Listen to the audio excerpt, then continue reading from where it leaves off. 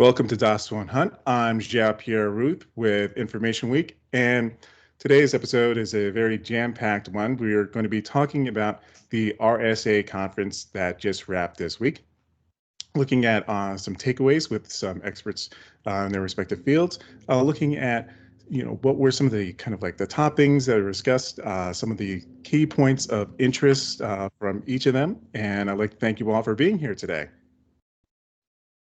Thank you.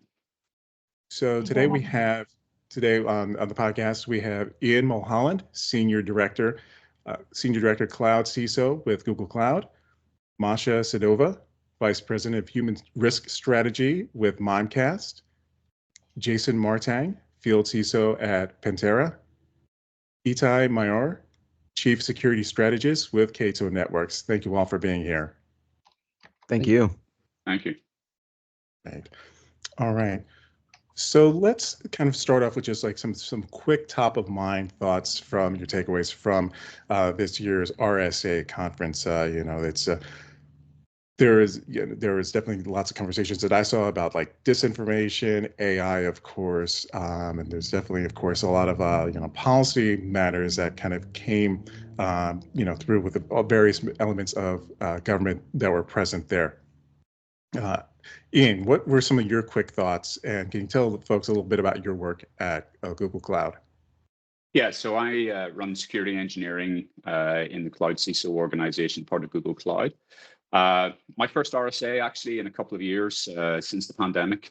So it was interesting to come back and see it. The cybersecurity industry is certainly very much alive if the expo is anything to go by. I think two big takeaways, probably no surprises, AI. And then also it was very interesting to see particularly CISA and a few other agencies have quite a presence, and I'm sure we'll talk later about some of their announcements. So those are the two big things, AI, and some of the CISA announcements.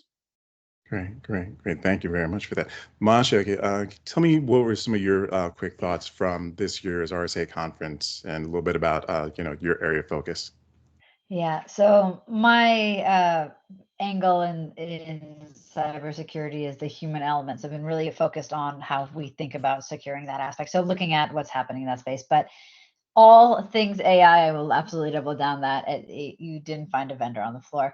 One thing that really caught my eye it was CISA stepping into a continued broader role and driving better apparently commitment, right, from large companies around securing their organization, their commitment to security, whether or not that was just window dressing and a PR press release announcement versus meaningful accountability, I think remains to be seen. And the second piece on AI, we're not really new to the idea of buzzwords on the expo floor. I think there's really still just a few narrow and effective use cases of what AI can really help us with versus just marketing. So looking forward to unpacking that in a little bit more detail. Great. Thank you. Etay, we had a chance to see each other last year, but not this time around. Tell me what were your some thoughts and takeaways from this year's conference? Sure. So I have the opportunity to be part of the RSA committee, so I actually can also see some of the talks that are being submitted. Very different in terms of the talks and in terms of what you saw on the floor. In terms of the talks, there were a lot of discussions around actually some issues that people are running into with AI, and just like Masha said, some of the challenges that are already there where researchers and companies are running into it. On the floor, of course, you couldn't find a booth that didn't say powered by AI. And I feel like I talked to a person there and I was talking to him about what do you find interesting here? And he said, well, there's a lot of noise. There's so many things. And I think that's one of the things that are really difficult is the complexity that we see. We're still looking at a lot of point solutions versus holistic solutions. And I feel we're going in the same direction when it comes to AI, where in about a couple of years, people will start saying, oh, there's so many different tools to secure my whichever AI you choose. How do I make sense out of all of it? So you had the talks that talked about the issues, and then you had the floor that we're talking about like, hey, it's the best thing since sliced bread. Gotcha. Great. Thank you for that. Jason, can you give us a little, I mean, you understand that there's, a lot of, work that CISOs are dealing with these days. What were some of the things that this year's conference kind of you felt, spoke to you? Yeah, I'll co-sign with everybody. AI was everywhere, right? But I had the privilege of sitting down with many organizations one-on-one, not just in the States as well, globally. And despite the AI that we saw on the floor, CISOs and organizations were still very much concerned with what has been plaguing them, which is trying to prioritize and get through, I don't want to call it noise, but all the information that's presented to them. How do they prioritize and narrow down on really what they should be focusing on? In addition to, I want to make sure I don't get locked up, right? Ransomware is always top of mind for folks. And how do we prevent that? Is there a way to prevent that? So. Gotcha. Great. All right. Great. Thank you all for your thoughts, quick thoughts on that. All right. So I want to start with the cloud first. Iain, so things have been busy. Well, I mean, they're always busy in the cloud, but on part of it on the regulatory side, I want to say with things like FISA's renewal, executive orders on Know Your Customer, other elements coming in. Is there anything, that you saw or heard from the conference that's kind of spoke to trying to balance the innovation and the balancing act of innovation and security in the cloud? Anything that kind of like spoke to, how that's going to kind of like roll forward from here?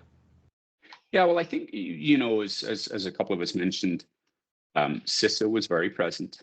And obviously their big announcement was the Secure by Design pledge. We were a very happy signatory to that. Secure by design, I've been 20 plus years in the software security space, all with very large enterprise companies. And really the only way to build secure software is to, do it by design.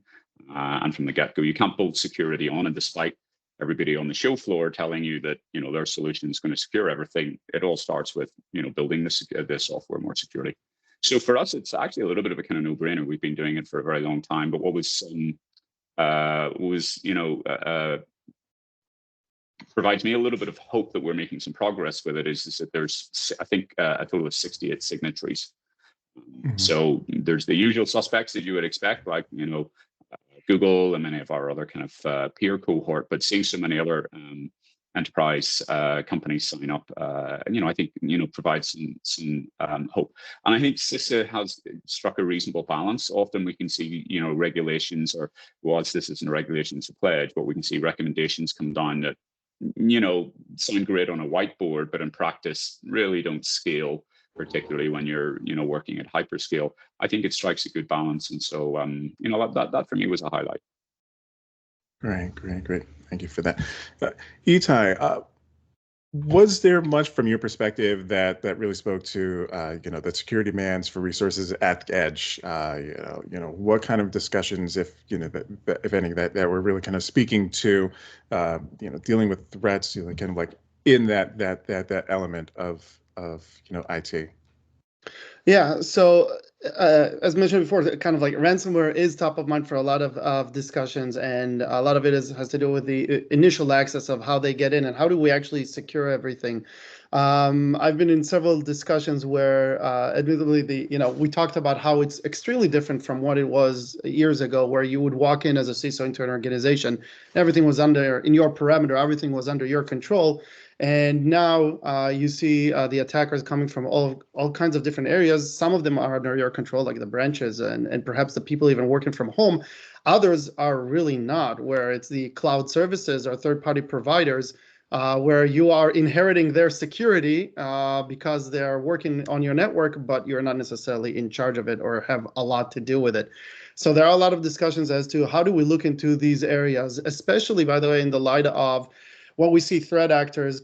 My focus is on threat intelligence of threat actors. What you see threat actors doing, like taking advantage of legitimate cloud services and using them as their backbone for command and control servers for malware. So they'll use tools, very popular, without naming specific ones, but just about any cloud service you can think of. There's already APT29, APT41 that are taking advantage of these cloud services trusted by the organizations, and allowing them to actually have almost unlimited or unscrutinized access once they infect somebody's system, whether it be the data center or the person at home.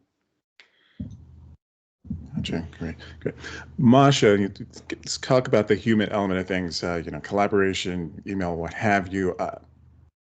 What's been going on in terms of talking about ways that AI, other technologies are kind of influencing that, that human element, and what were some of the kind of conversations that were coming through with the conference about ways to, address, potential threats like deepfakes or other social engineering,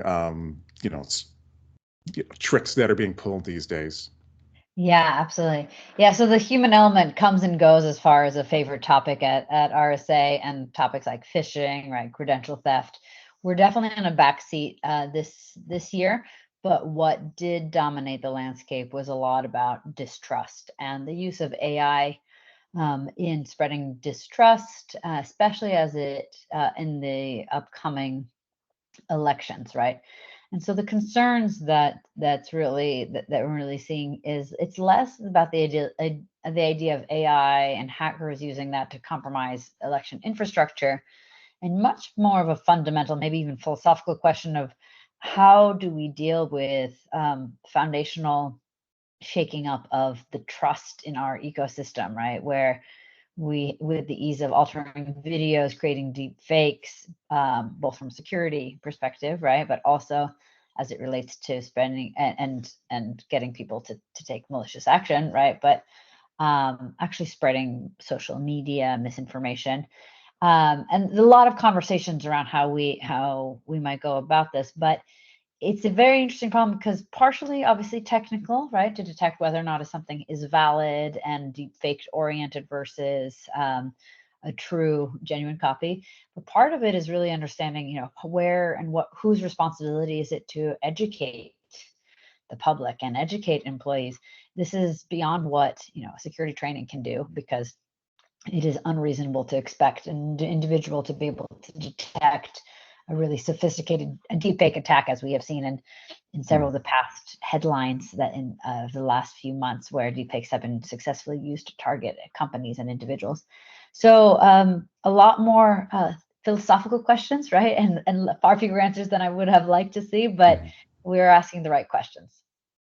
Great. Thank you for that. So, Jason, my colleague Shane Snyder covered a panel at the conference where they were talking about how CISOs, facing legal pressures, on accountability for breaches and response.